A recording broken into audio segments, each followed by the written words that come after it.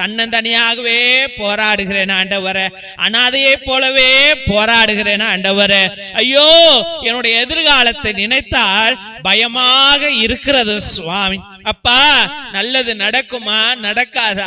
எனக்கு என்று ஒருவன் இருப்பானா இருக்க மாட்டானா? என் பிள்ளைங்க எனக்கு சப்போர்ட்டாக இருக்குமா? என் கணவன் எனக்கு சப்போர்ட்டாக இருப்பானா? என் மனைவி எனக்கு சப்போர்ட்டாக இருப்பாளா? ஐயோ தெய்வமே, என் பெற்றோர்கள் எனக்கு சப்போர்ட்டாக இருப்பார்களா?